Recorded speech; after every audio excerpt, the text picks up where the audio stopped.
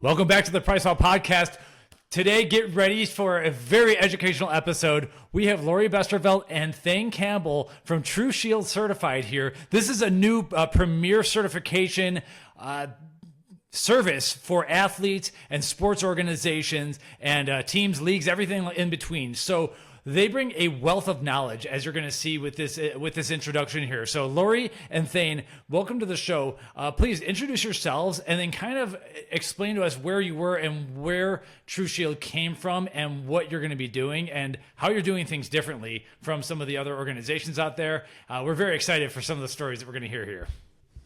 Yeah, we'd be happy to. Lori, I'll pass it off to you to do a little bit of introduction to yourself. I'll provide an introduction on myself and kind of can start off with that question about where do we come from and give us more details about that.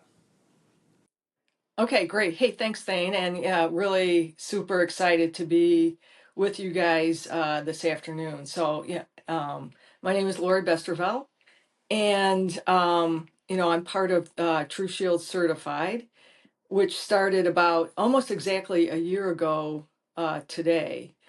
Previous to joining TruShield, I was the Chief Science Officer at a company called NSF International, and I was there for about 20 some years. And during that time, I created numerous standards, including NSF 173 and Cert for Sport.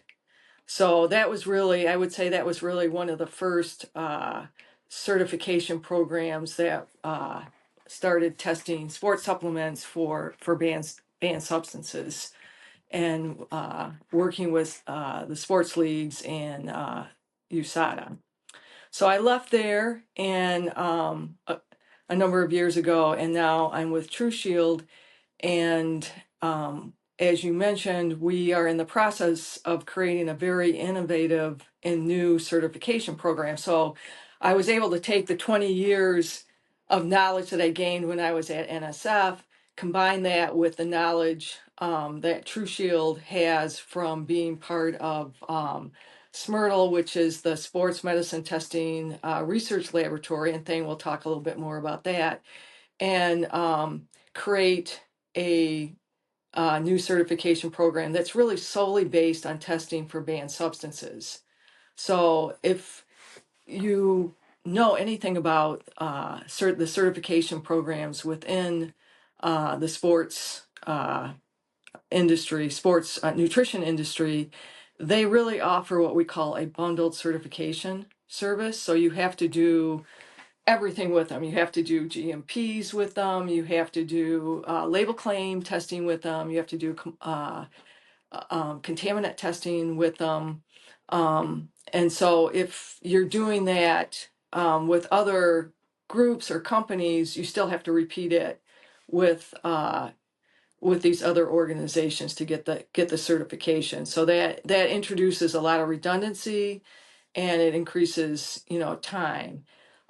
It served its purpose maybe 20 some years ago, but we have evolved as an industry in those 20 years. And so we felt like there was really a need to just offer a certification program that offered a very rigorous and comprehensive banned substance testing program. And so that's one of the reasons. So that's really the reason that TruShield came into inception. And we test for, like the other certification programs test for a little under 300. We test for almost 500 prohibitive substances. And so, yeah, so that's really, in a nutshell, that's kind of TruShield, and that's kind of where I've come from, the certification and standards and testing industry. Awesome. Thank you. So in a nutshell, also, you're an OG in this space then. You've really were there from the beginning and have been through it the entire time, professionally, huh? Yeah, so I've seen, I started it, and I've seen kind of the evolution of these programs. And I will say that I think one of the disappointments personally for me is that these programs really haven't evolved. to where the industry needs to go or wants to go. And again, that's why one of the reasons we started TruShield. I think that's an important thing to note. I'm excited to talk today because of your history doing this. A lot of what I understand with testing for banned substances in sport is a lot of, like what you said, adapting and finding the trickery that occurs and being innovative in how you find things.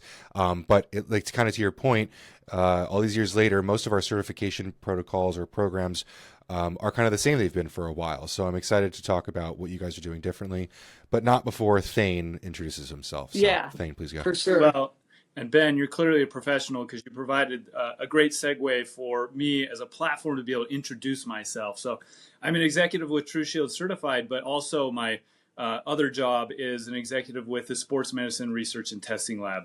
We use the fun little acronym SMRTL because our company name is way too big of a mouthful to spit out there time and time again. But what SMRTL is a World Anti-Doping Agency accredited laboratory. We're located in Salt Lake City, Utah, and we've been doing testing in the Olympic space as well as professional sport leagues and whatnot of urine and blood for performance-enhancing detection. As a part of that, for over 15 years, we've also been doing testing of things like dietary supplements and other finished products when they're affiliated with a case, where if an athlete is positive and they're trying to make a claim that it was a contamination or coming from something else, we've been doing that testing for the pro sports leagues and for USADA and other organizations to provide support either to validate the claim or to show that it's they're making something up or they just truly don't know the source of where it came from.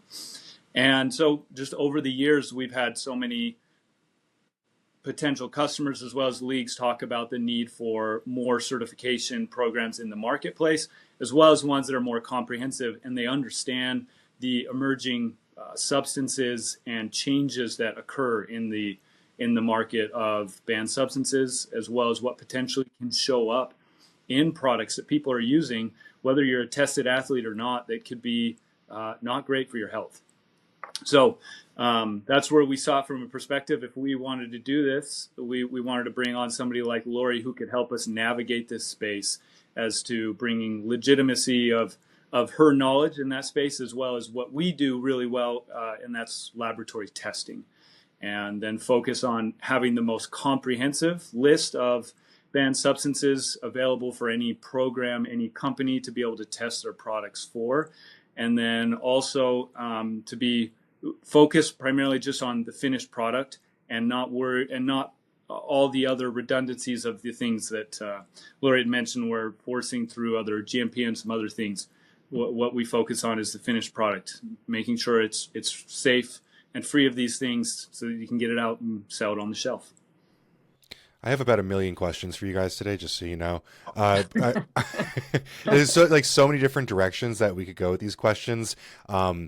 But I guess my biggest question to kind of maybe start the conversation is why do we need innovation in this category? Not that I don't agree with you, but I'd love to know where you guys come from with that conversation and where you guys are seeing the most important directions for you guys to innovate and go in a new direction.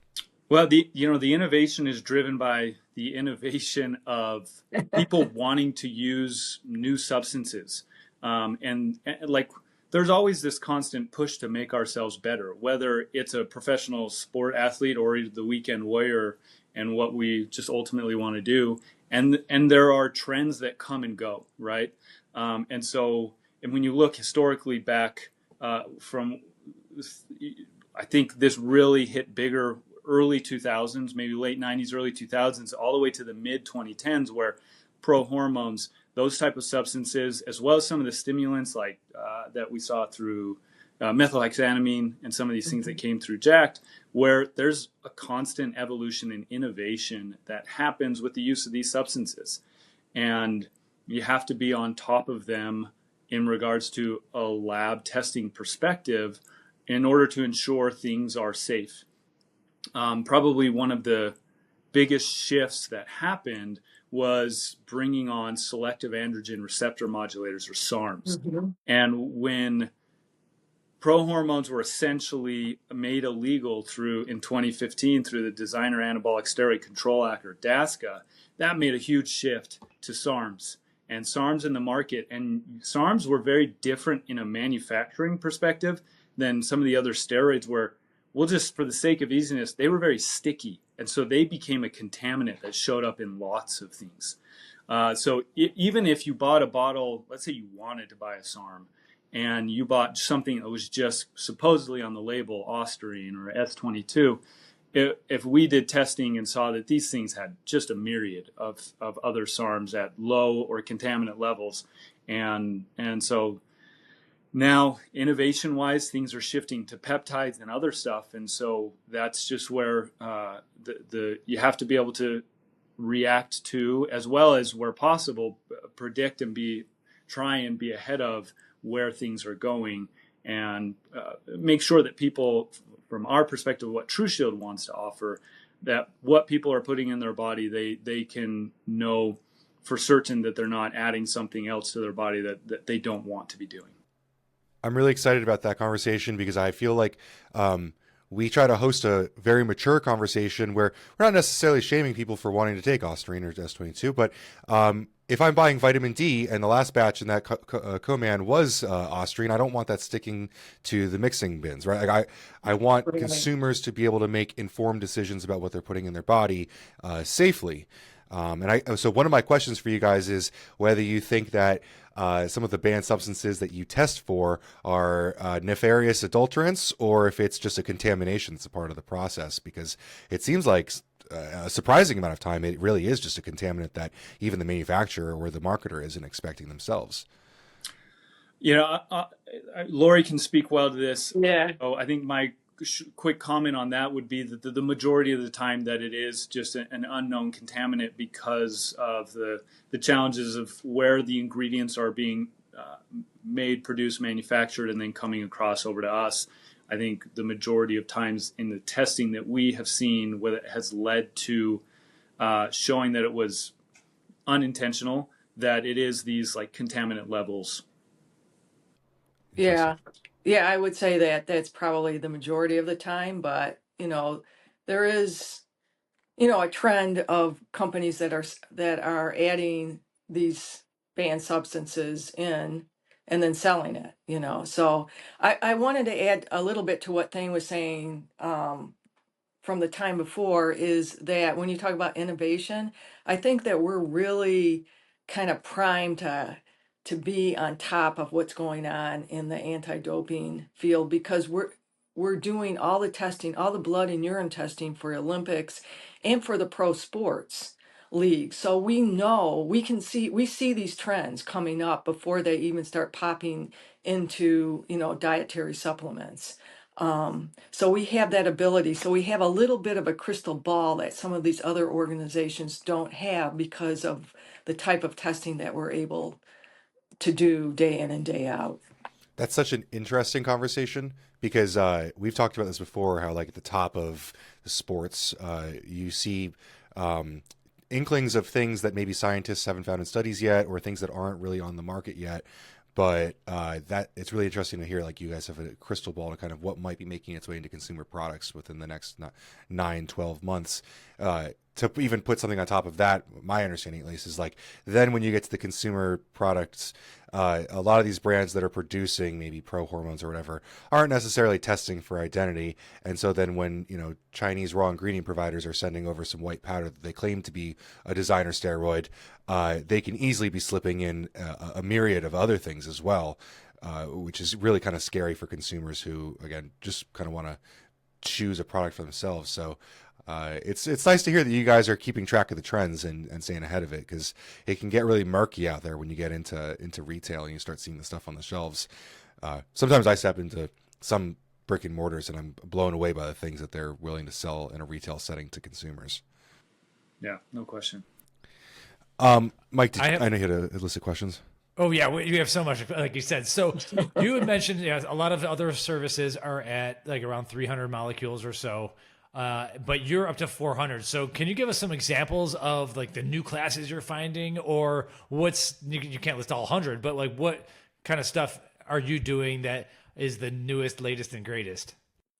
Yeah, I mean, I'll let Thane talk about it, but there's what's scary for me in some of these other certifications is they're leaving out critical categories that are on the WADA list. You know, that if an athlete were to take it and it was in there, you know, they something bad could happen to their career. So I mean, things like glucocorticoids, we have a much Thane mentioned SARMs. We have a much more comprehensive list of SARMs. I'll let Thane talk about the HIF stabilizers because those are up and coming that we're starting to see. And just even with the anabolic steroids and stimulants, you know, our lists are much more comprehensive. There's growth promoters and growth hormones as well. So, but Thane is really up on all the kind of the latest trends that, you know, we're seeing in the substances that we're now adding, you know, into TruShield. Yeah, Lori hit well at a high level of what those things are. It's a more comprehensive list, as well as certain categories that just haven't traditionally been viewed as well. I think that more comprehensive list of the anabolic steroids and SARMs, as well as stimulants, are where we see the potential impact on actual dietary supplements, particularly in the sports nutrition space, where we have seen through our own testing on the anti-doping side, where we're seeing what people are actually testing positive for, and then seeing some of these in products that are affiliated with some of the positive cases, as well as some of these groups. I think one of the more notable one is HIF stabilizers, or hypoxia-inducible factors, and these are something that has come through the pharmaceutical chain of some potential drugs hitting that pipeline that have now become available for people to use, and it's sort of like a blood booster. It helps with oxygen carrying capacity, and so that's where there have been instances where that has been found in dietary supplements and affiliated with cases also. So this is kind of like a designer EPO, is kind of like what I'm comparing to. There's a little bit of that, yeah. I think EPO is kind of the best comparison to make for these hypoxia inducible. People will do the oxygen chambers, or sorry, the chambers in order to mimic being at a high elevation, and so now through a pharmacology, you can kind of do that hypoxia inducement, and so that's what these drugs are capable of doing. So can we look through the process of how you got privy to the HIF stabilizers? Were you following the pharma trends and you're like following asthma drugs or something like that? Or are there coaches that you talk to who are like starting to, athletes are asking questions about this new molecule or whatever? Like, how does that process usually start? Or did you find some anomaly? Are you doing exploratory research or exploratory testing in urine and you start seeing this little peak somewhere that you don't know what it is and you have to investigate yourself? Like, how does this all happen? Yeah, for these particularly, it's our involvement with the WADA laboratory community, where there is that watching what's coming through the pharmacy pipeline, as well as almost everything you just described here, Mike. Like we could hire you and bring you into the lab and help us with a lot of this work. It sounds fun. It is fun day-to-day work. I mean, I feel like I've got one of the best jobs there is, because I love sport and I love the science side of it. So we get to combine those two things. And so it does come about through every one of those avenues of looking where there is what's coming down the pharmacy pipeline, what exploratory research is being done, as well as what from an investigative side, where it can be found out from be it coaches or organizations or confiscation of certain things that are found that ultimately lead to finding these things. And because we're privy on the anti-doping testing side, we can then share that knowledge over for our TruShield certified lab team as to what we would want to be adding to our testing methods. Okay, gotcha. So in that vein, let's say that one thing we definitely need to talk about are peptides, but I'm going to table that for just a second. Let's just say that there is a new ingredient, maybe it is a peptide or whatever, some new plant extract, and I'll just say Korean mistletoe or something. And that's all the label says is Korean mistletoe extract. It's starting to take off. And you're starting to have like major sports leagues begin to ask like, hey, what's in this Korean mistletoe that everyone's taking? And is this potentially a WADA ban thing in there? Or like we have a lot of people asking questions. We don't know what this ingredient is. It's just an herb. So what is the process of figuring out like what to tell them in general? Well, I think from the perspective of what TruShield Certified would offer is testing services that can at least verify that nothing within that product would be an existing and known banned substance. And so we could test it against the most comprehensive list of things. If there was further concern that maybe this is something new that could flag a positive test in different ways, there are additional laboratory analyses that could be performed to start to go down that pathway. But that would be something kind of more unique and on the side. And a lot of the testing is verifying that what is currently known in the space of banned substances, that, you know, this new novel thing certainly is not going to ping or cause a problem for the producer of this or the finished product that's being sold. Okay, cool. But you're not... Who, I guess, take us back. Who actually sets the WADA list themselves? Like, would you ever give feedback to that? Like, let's say, hey, this Korean mistletoe thing, I don't know, this molecule looks kind of similar to something else, or is that a whole different crew of people that do their own thing? Yeah, it's a great question. It does come about through involvements of committees. Our laboratory does, the anti-doping laboratory of SMRTL does contribute to that knowledge base and with those committees. A lot of what you can kind of see with the WADA testing side is they will often look at or set up a monitoring program. Yeah. So these are looking at some of the substances that should we be concerned about this and what are population data telling us about this. So for example, right now, GLP-1s, those are on that. So not a banned substance, but they're looking at, WADA laboratories are looking at what is the athlete population doing with these. And then through other pharmacological as well as physiological studies, are there things that they're finding that this should be considered a banned substance? Ecdysterone is another one. So that's something that's out on the dietary supplement market that people can purchase. But it can also be found if you like eating a lot of spinach, if you like quinoa, you're going to get your ecdysterone through that methodology or through that source as well. And so some of those kind of come through that pipeline, where there are other ones like these pharmaceuticals like the HIF stabilizers, where it's just clear this meets the category of being a performance-enhancing drug. It does not need to go through a monitoring program. It just needs to be added as a prohibited or banned substance right from the outset. Yeah, and so I think, we do quite a bit of surveillance. So we are looking at, drugs that maybe are starting to go through phase 2 or phase 3. Clinical trials, like what are they? What category might they be in? What are they finding? Because sometimes, those will end up as banned substances. They don't. They start off having being created because they were, trying to help some pharmacological effect from a disease, right? From a disease state. But they oftentimes have effects that can affect, performance enhancement as well. So the hip stabilizers are one, example of that. So just kind of having a little bit of surveillance with what's going on in the clinical trial world. Talking to your pharma friends, hey, what's going on? So it, is another thing. And I know Thane spends some time in the chat rooms, the kind of the steroid and anabolic chat rooms. Maybe I shouldn't be saying that, but he was hanging out with us in the bodybuilding.com forums or something. Yeah. Actually, I wouldn't be surprised.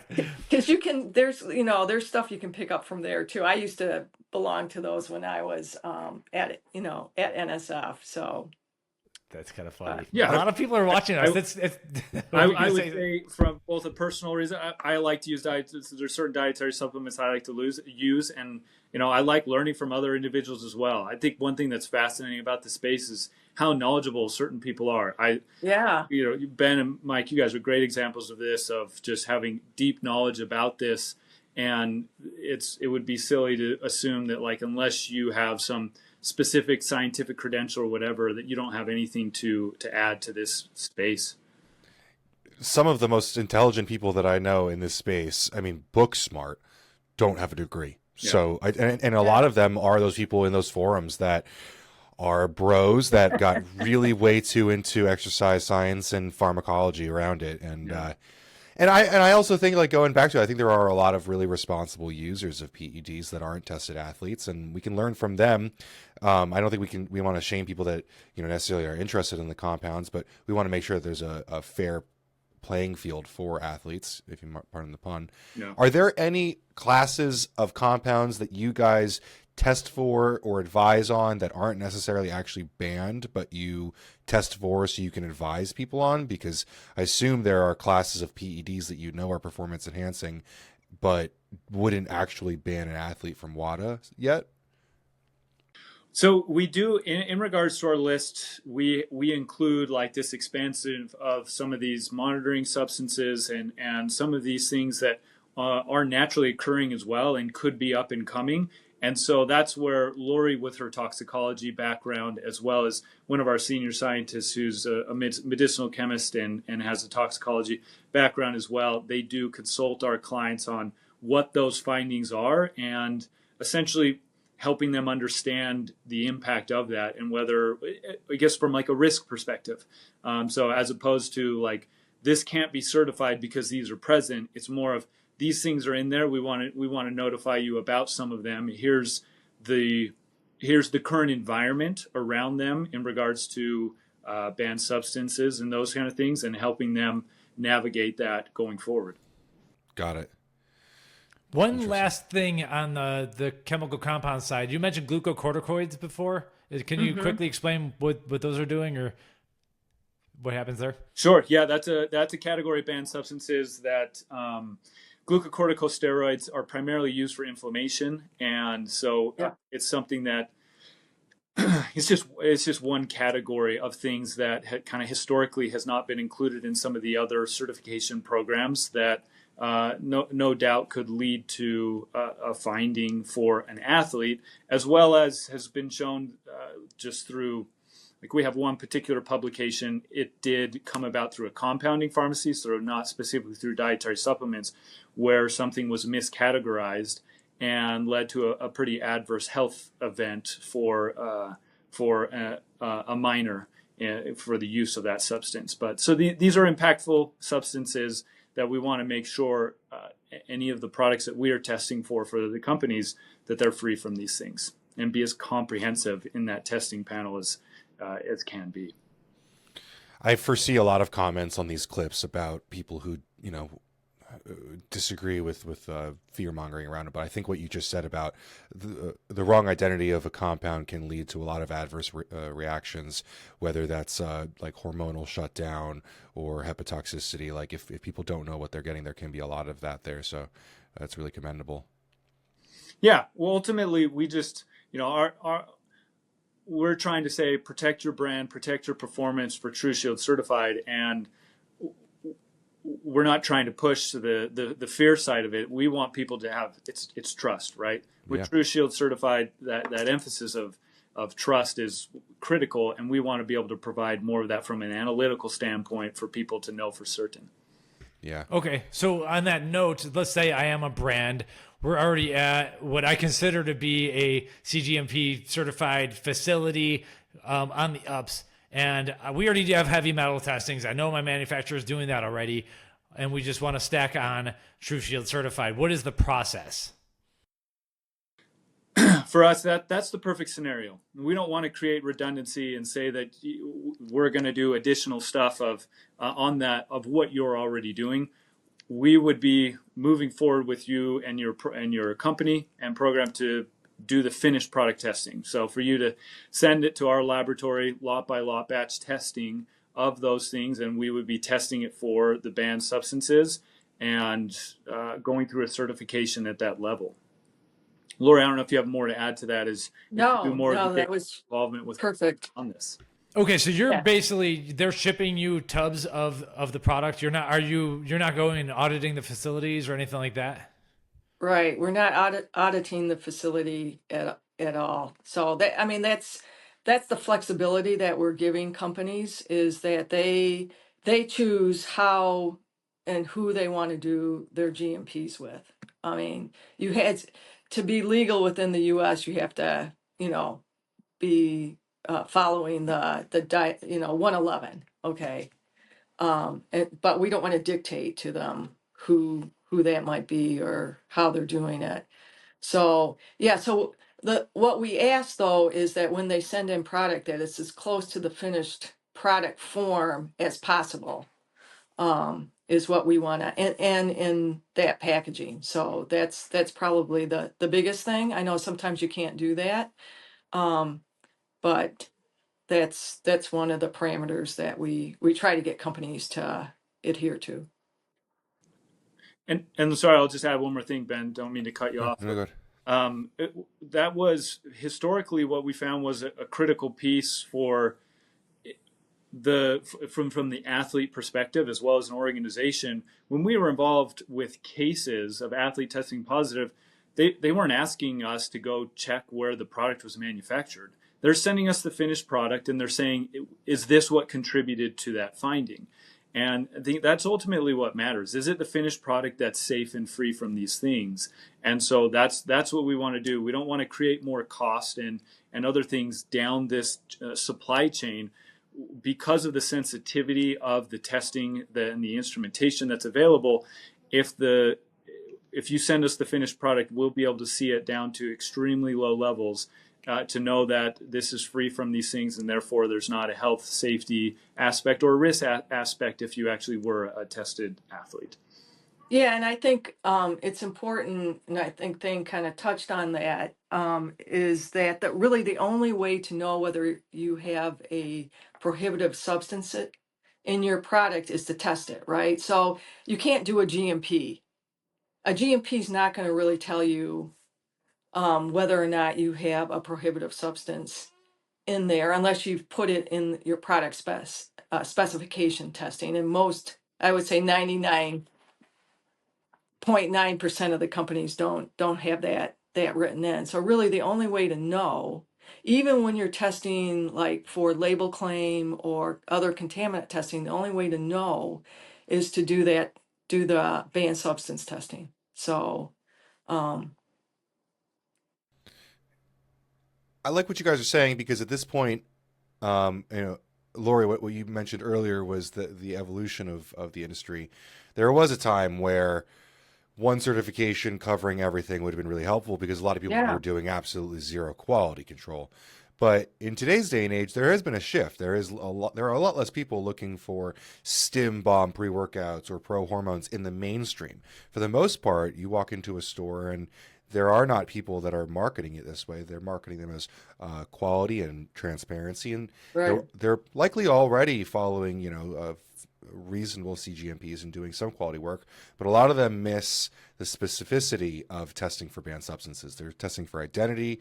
They're testing for the label claim, but they're not testing for really small trace amounts of PEDs or drugs that are sticking to the barrels. So there's definitely a place for what you guys do within a lot of people's processes where there wouldn't be redundancies. I understand a lot more what you're saying now about not covering these other things, because a lot of brands should be, by the law, doing this, and a lot of brands are actually doing that. So adding in the banned substance testing is it's modular, where people can put that on top of their existing SOPs. Right. Yeah, it's meant to be additive. And yeah, Ben, you bring up a really good point, is that 20 years ago, like when I started Cert for Sport, there were no dietary supplement GMPs. Like you said, quality was kind of lacking.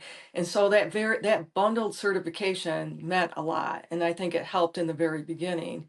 But, dial it 20 years later, and it has less of an impact, I think, Yeah. for the industry.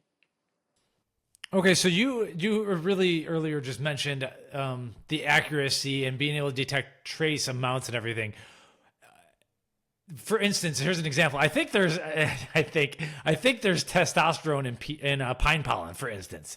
So if I have pine pollen, is that going to fail the TruShield certification?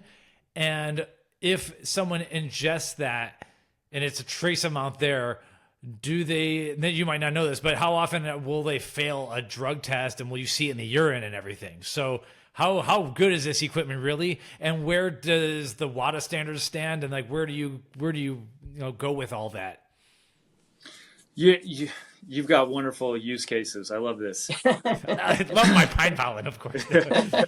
One, I'm going to be looking into pine pollen after this because that one I'm not familiar with, and so I'll do a dive after this call. Okay, but yeah, just imagine like some sort of plant molecule's got tiny amounts of testosterone and DHEA in it. And right. stuff. Yeah. So DHEA, some of those things, when things are naturally occurring and there's be it published data or whatever behind it to say as such, one, like that's something, again, Lori and our senior scientist, Ryan Van Wagner, they will follow up with the clients to be talking about what those potential scenarios are, right?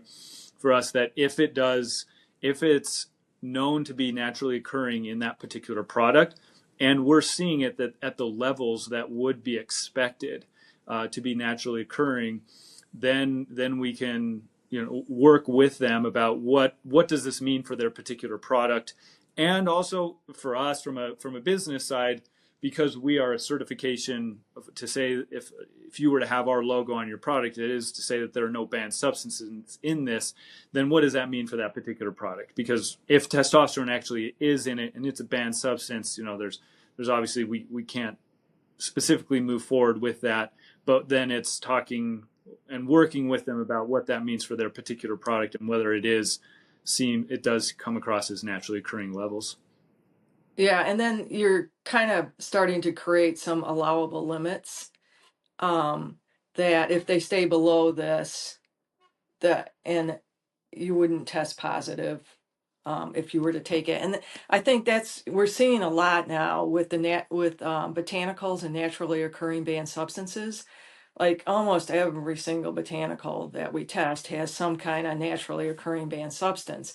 So you can't really tell a company to reformulate. I mean, it's in the plant for a certain reason, right? So it's to protect the plant and help them survive. A lot of times, like through drought or through something else, some other environmental factor coming down on the plant. So you can't really tell them, hey, reformulate or find something else. So then like Thane said, we need to work with them because we have to acknowledge the fact that these are part of the plant for a reason. And, So do you have your own limits then? So are there numbers where you have to be okay with or not okay with? And do you correlate that to what might be getting someone in trouble? Like how do you navigate that?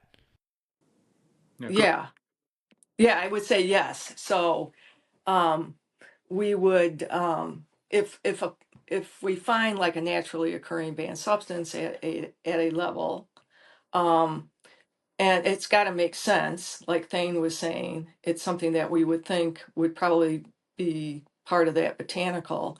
And then what we do is kind of like a back calculation using their formulation and the serving size, so on and so forth, to say like you would be okay. You wouldn't test positive, knowing that this has naturally occurring banned substance in it because of the formulation, that you wouldn't, given the serving size, that you would not test positive. So those are some of the things that we go through with the client, right? If it's some huge amount, well, then it's probably due to something else, right? So and that's a different conversation then that you have with the client. Can we get into a little bit more of a specific of a class that we've been talking a lot about peptides recently? Both, the innocuous ones that come from, for instance, fava beans. We talk a lot about Pepti Strong. All the way up to, we obviously have an interest in the more HRT side of it, where, people are safely and, getting them from the doctors with doctor supervision. Have you guys spent a lot of time on the category? Because I don't think we need to explain to anyone in here. We're all, friendly with science. We understand that peptides are just, chains of amino acids. They're not necessarily performance enhancers just because they're a peptide, but it's become a category that's becoming synonymous with, maybe longevity or enhancement. So how much time have you guys spent on the category overall? We, in regards to peptides in the laboratory, and when we're saying peptides, we're focused more on the things related to banned substances. These are growth hormone releasing peptides, growth hormone releasing factors, and growth hormone releasing hormones. Those three categories. We've been doing that work since about 2015 in regards to science and research and testing for those things. And so that it's something that we have good knowledge with, as well as have been watching the marketplace change over time, where this was something only known to sort of the top level athletes, to now, as you've described, this is a very common thing through the HRT and TRT clinics and anti-aging, those trends that are being prescribed through compounding pharmacies and other places to provide for people to use. It's funny you say that. I kind of stopped saying it, but I felt like a hipster for the last couple of years, where I'd be like, we were talking about GHRPs in 2014. That was the CJC and iPram were this has been around for a while. Right. But all of a sudden now it's popular, which, I love seeing the evolution of it. But I'd say, even BPC 157 is probably the most prolific one that I hear about all the time right now, which isn't necessarily performance enhancing, but it's recovery enhancing, which then has downstream benefits to how you perform. But I assume you guys have some pretty ironclad testing for these now after all these years.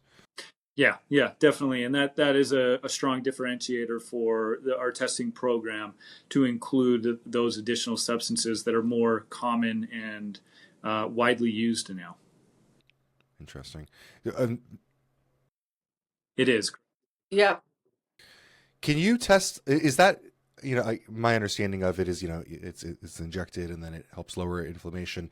Is there only a certain amount of time when you can test for that in a person's, I assume, blood? Is that the type of thing that hangs around longer? I'm sorry, we're getting a little niche here, but everyone's taking BBC, so it feels like it's kind of like a fun topic. Yeah, I think on this topic we'll end with a no comment specifically. We don't necessarily except through peer-reviewed publications share with sort of the general population, as well as the athlete population, of what capabilities can and cannot to do, or where things kind of fall off, right? So almost gotcha. Yeah. You will never share the half-life of BPC 157. That's pretty funny. Okay, so in general, though, I guess maybe the major sports organizations are already very well aware of it, but they're not coming to you and it's saying hey, we are concerned about peptides. It's such a vague thing. Do you have to provide a lot of education to a lot of these organizations? I'm assuming they're large enough that they have their own people who really know this stuff too, right? Yeah, we collaborate with their programs.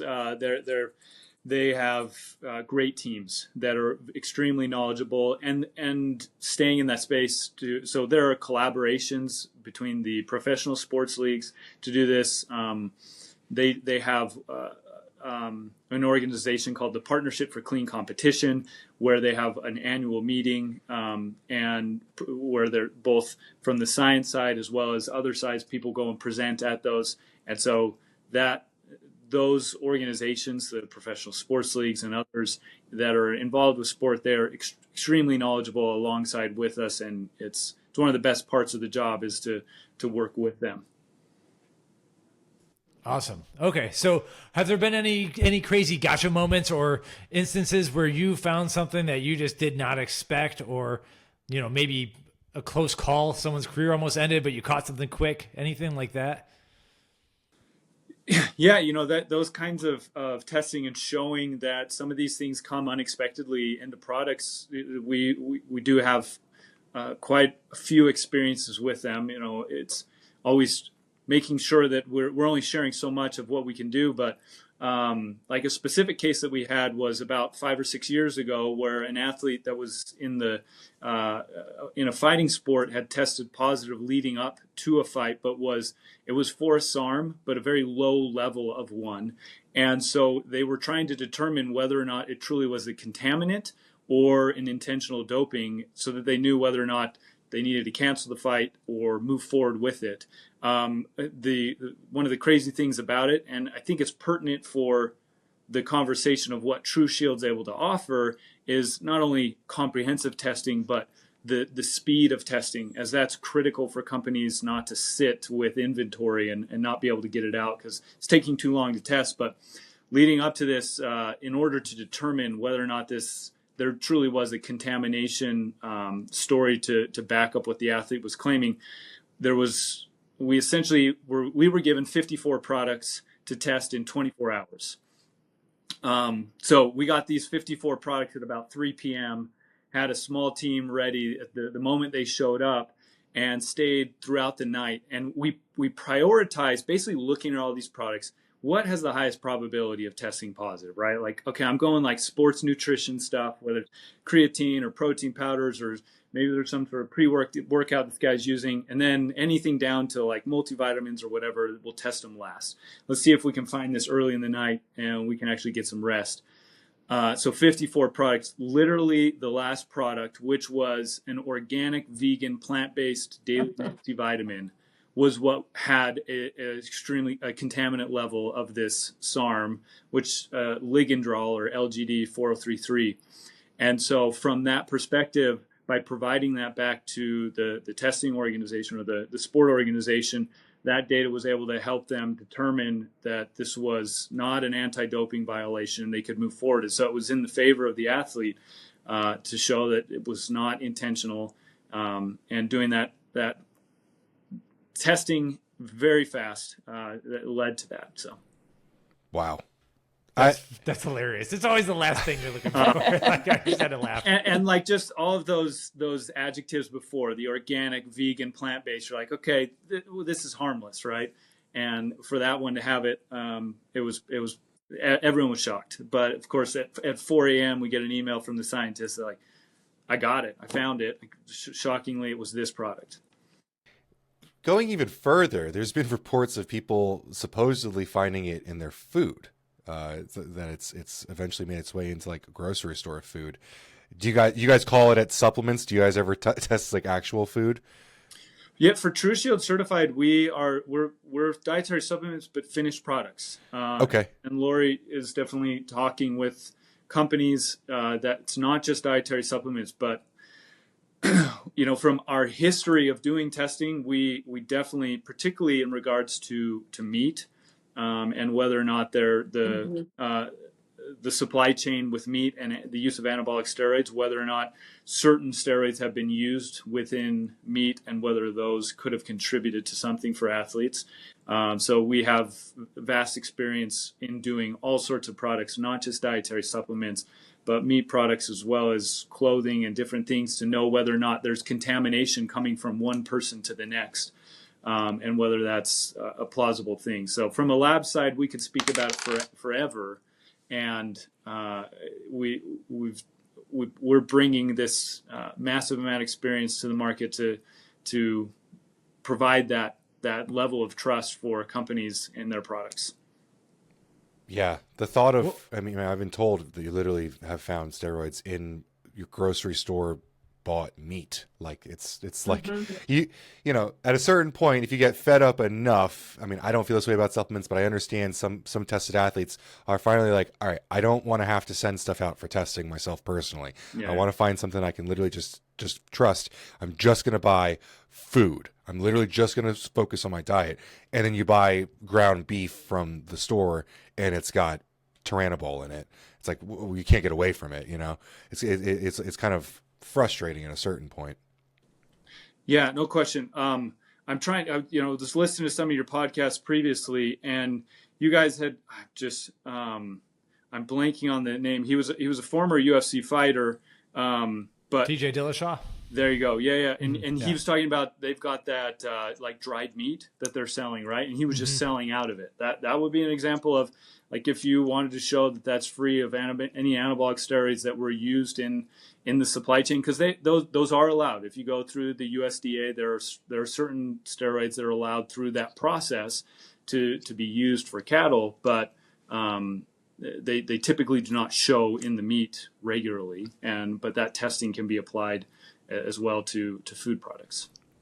Yeah, they have to wash it out. So they're growth promoters that are used, for pork and for beef, and they're given at a certain window, and then, they're supposed to be testing and they're supposed to be washed out before they actually sell it, to a distributor that then sells it to, like Kroger or, Walmart or whatever.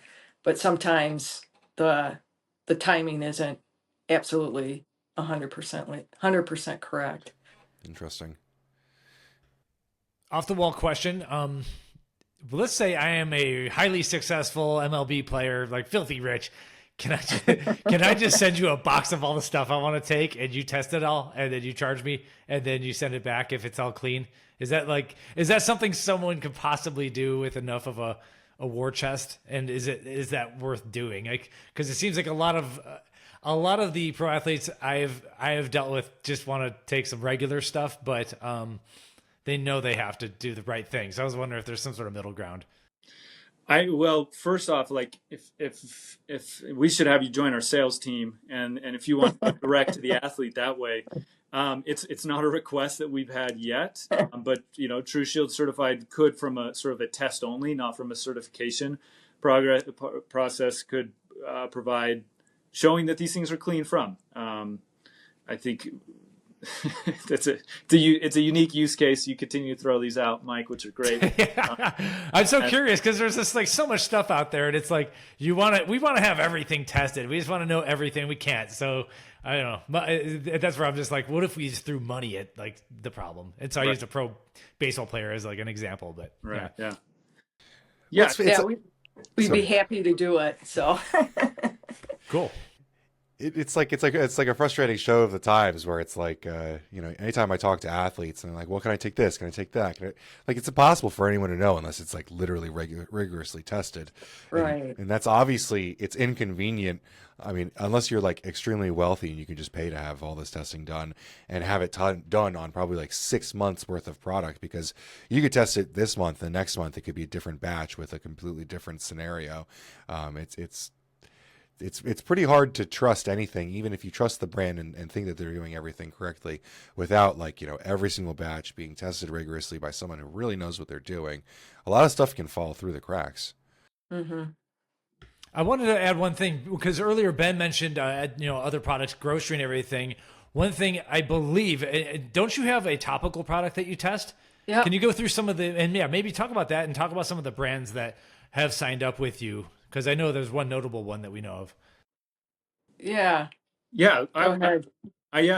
So the first one, one of the very first that came in the door was, as you're referring to, this topical where Vireo Systems and con-cret, Vireo Systems has a product, Amino Active, which is a topical cream.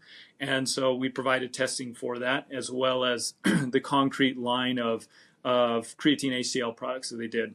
We kind of serendipitously came across Mark Faulkner at the Sports Active Nutrition Symposium there down in San Diego, or Summit, and we're just happened to chat with him, and we had crossed paths sort of through laboratories. Mark knew some people that we had done some lab stuff with before he started con-cret, and so he had that confidence to kind of be one of the first to be on board with TruShield to send his products over to us. Also, we have an endorsement. TruShield Certified has the endorsement from the UFC for testing products, and so that endorsement for them brings that assurance for their athletes in what products they're using.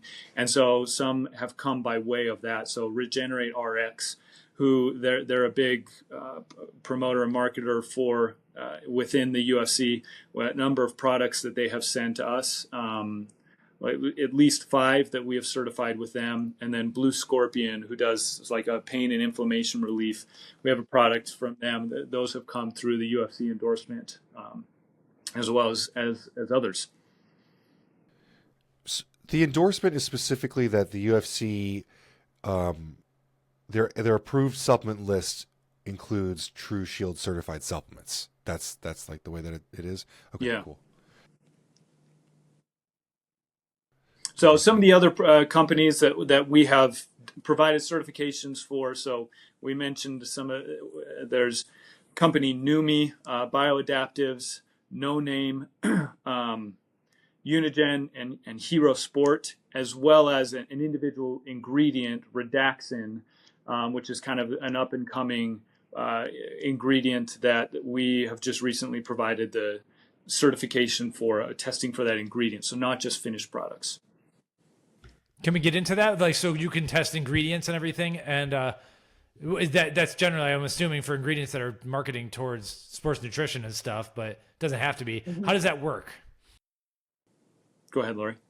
Yeah, well, they would just they would send in a lot of their ingredient, and we would test it just like we would a finished product.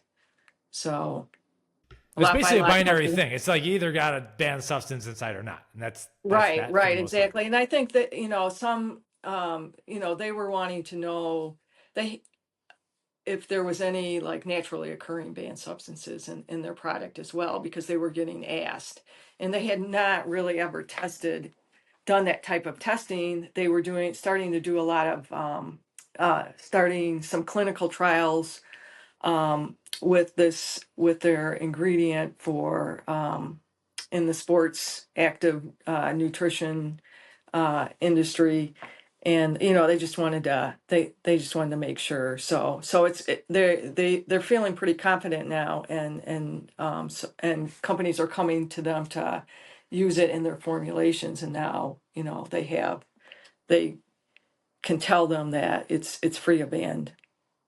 It has a TruShield certification, so It's That's cool. It's valuable because I mean, this isn't for all ingredient companies, but many ingredient companies are simply just distribution companies that market ingredients, and they source their ingredients from someone who really owns the technology, or they're sourcing it from a manufacturer overseas. And it's entirely possible that even though they know all about what it is, one lot to the next, there could be something that contract manufacturer overseas could be making a lot of other things for a lot of other companies. right.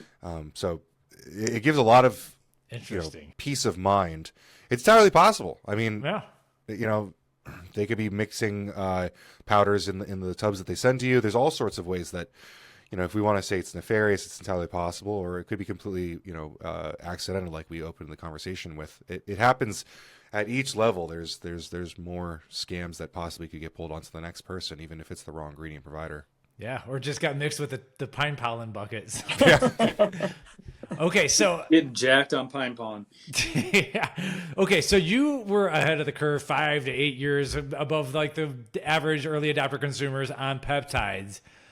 Do you have any ideas of what we'll be talking about in 2030 that some of their athletes are using potentially now? Or is this you can't share? I would say if I had that crystal ball to see where things were at, then I'd probably be a coach on the other side of the air and making much bigger sums of money than I make day to day here at the laboratory. Fair enough. Okay.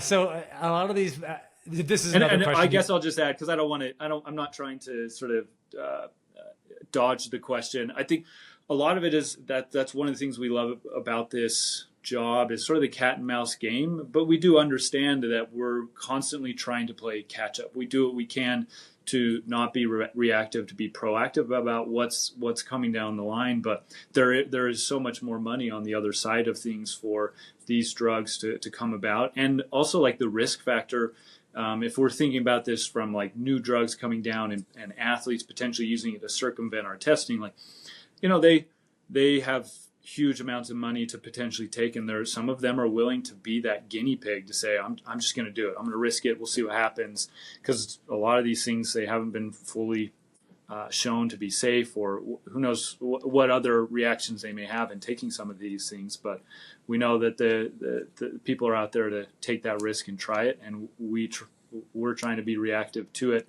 and where possible be proactive of seeing where some drugs are coming from. That's the scariest part of this conversation for me is like, we're a lot of this, what we're talking about is like consumers that want to get safe products, and we don't want them to find adulterated things. But there is also the other side of this of consumers that are just buying research chemicals on the internet and injecting them into their bodies and having no real thought process about the fact that this white powder could be anything else in the world other than what they expect it to be. And it is pretty scary, because it's one thing if you're a high-level athlete and you're making millions of dollars and you want to invest in yourself. I don't think you should be breaking the rules still. But it's another thing if we have consumers that think that it's safe. And there's a lot of education that we do on our side to try to explain to consumers that you can't trust everything you see on the internet. That is a big part of it. One of the things that if I had a crystal ball, one of the things that I'm worried about is the creation of GLP pills. When we get away from the injectables, we get sort of towards oral routes of GLP medications. Mm-hmm. That's really easy to adulterate consumer products with. I still think there's a big gap for consumers who don't want to use needles, and I think that's really helping a lot of consumers not running into these drugs. But once it's made into a powder that's orally bioavailable, that can be slipped into any weight management product. It can be slipped into any pre-workout. It can be slipped into a lot of products. I mean, I don't need to tell you guys this, but for anyone listening, like one of the biggest adulterated products is like literally the honeys at gas stations that they say, are useful for blood flow and arousal. Most of that's really just sildenafil. And which is pretty scary that you can't even buy honey without worrying about drugs adulterating it. So just to throw into the conversation, the GLP conversation I'm not too worried about right now, but I know that one of the next big moves is orally bioavailable forms, and I'm really concerned about consumers then. Yeah, that you bring up a great point, and oftentimes we don't think of performance enhancing drugs in the space of things like narcotics and cannabinoids, but those are part of the testing list and panel of things that we do. So, in the past couple of years, things like Delta-8 THC, or right now, the 7-hydroxymetrogenine is very popular. And so those are part of our testing panel. So it's not just hey, let's protect ourselves to make sure we're not using steroids and pop positive. There's a health and safety aspect in regards to things like narcotics and other things that are could potentially be at low levels because they are in that marketplace. So we do watch those types of things as well. Because, for example, 7-hydroxy is not yet, state by state, it's starting to become banned, but at a federal level, no final decision has been made. But those are things that we are also keenly aware of and include testing as a part of our panel. Also, that's because awesome. Amazon, their adulterant list with the sexual wellness, that's where we have all of those forms of sildenafil and every version of Afil that is a drug that's out there that's part of the testing panel also.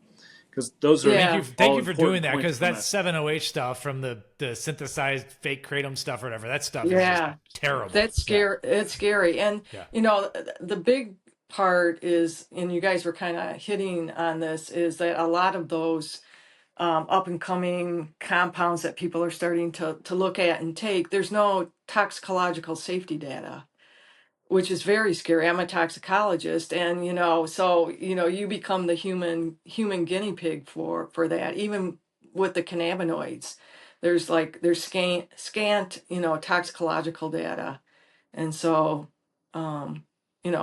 there's the physiological effect that you're getting, but there's also residual toxicological effects that you might be getting that could last, you might not see might not show up for 10 years.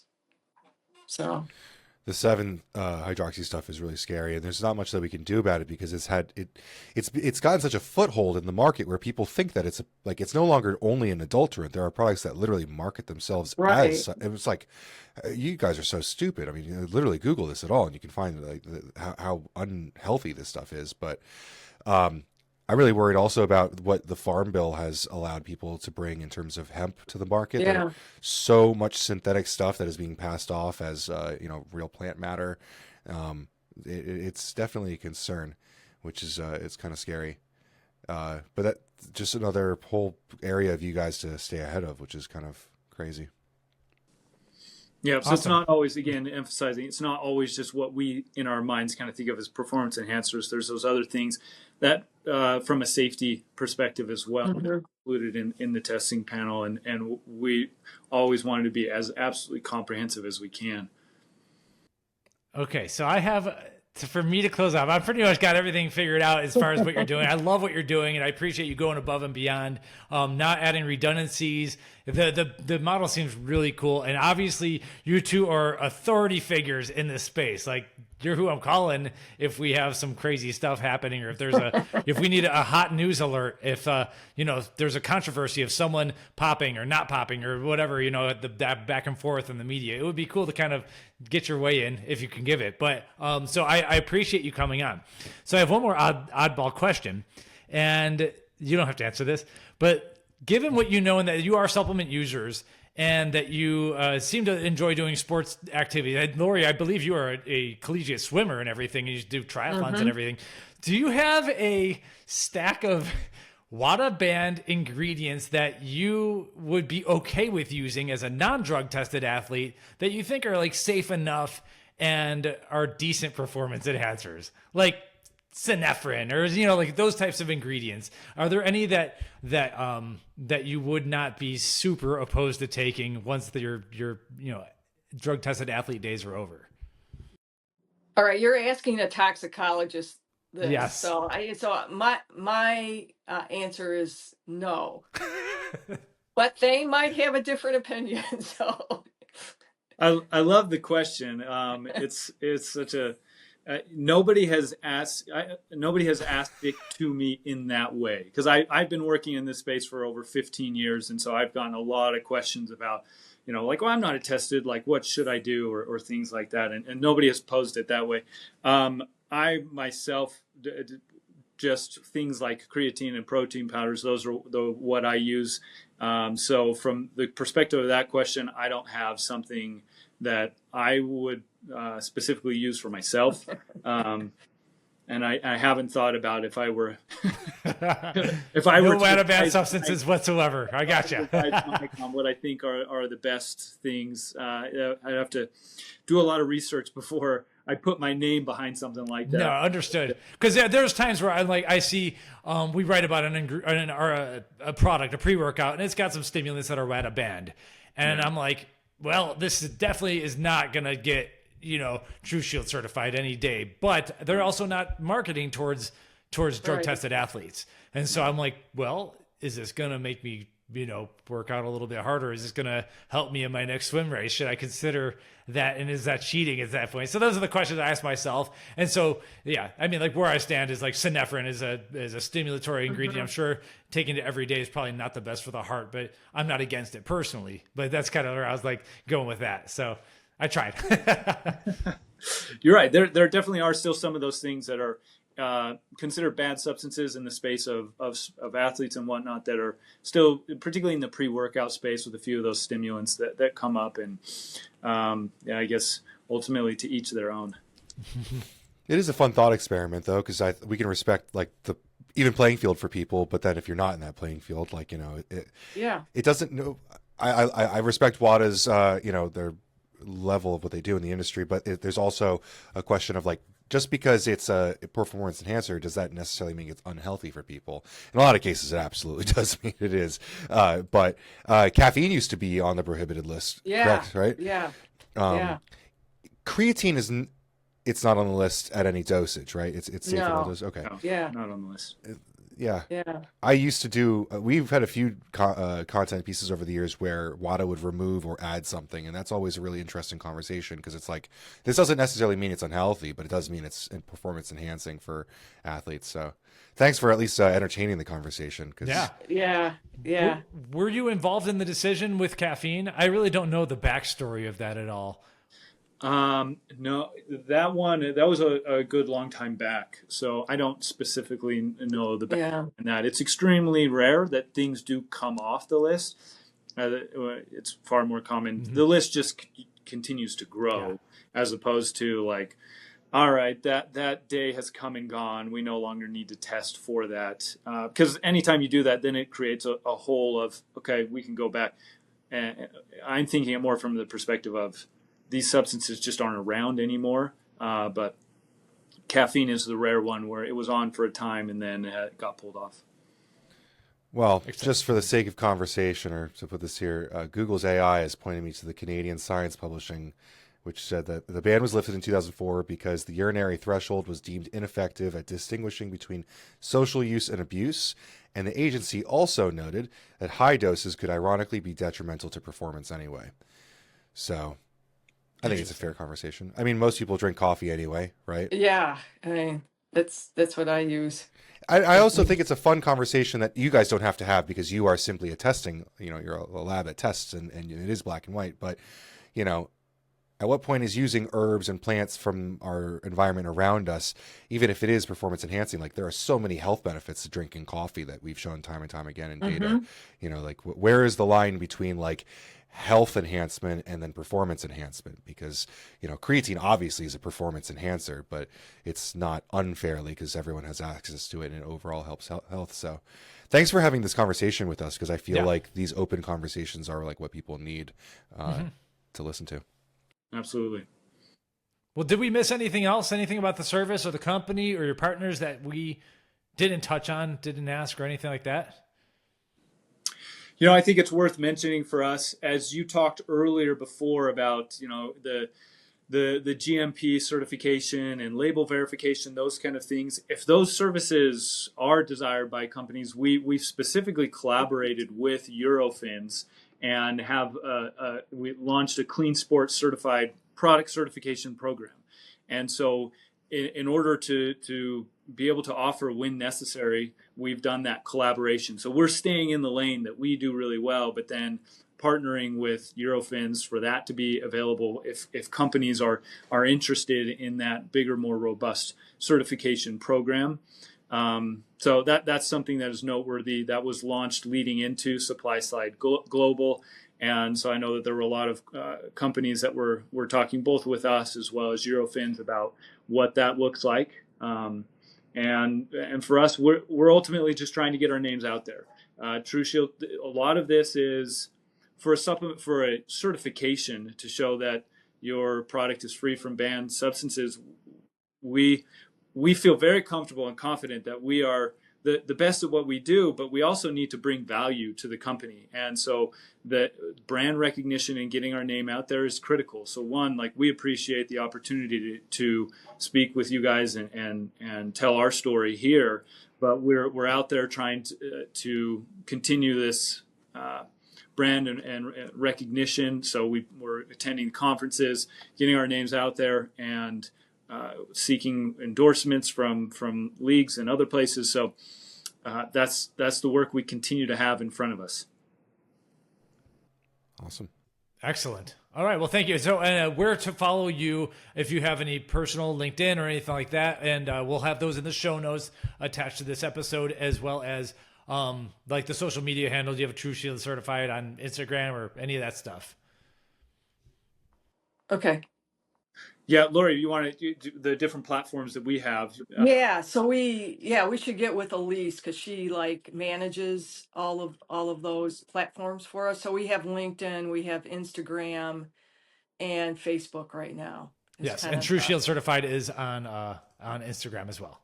Right. Yeah, and our website, Right. our website's a key place for people to go because it has all the products that we've currently certified. So those you can look up specifically or just look at everything that we've done so far. So people can go to our website, TruShieldCertified.com as well, to not only learn more about what we are offering, but see the products and companies that we have provided certification for so far. And it lists out the lots too, which are certified, which is really important because it is a lot by lot certification. So, Nice. That's good to have. Yes. yeah. All right, great. Well, thank you for joining us and everything. We're excited to get this one up, and we'll have all those links in the show notes attached to this. So appreciate your time, and have a great rest of the afternoon. Oh yeah, thank you for having us. We really appreciate it. So Thank you guys. This was an awesome conversation.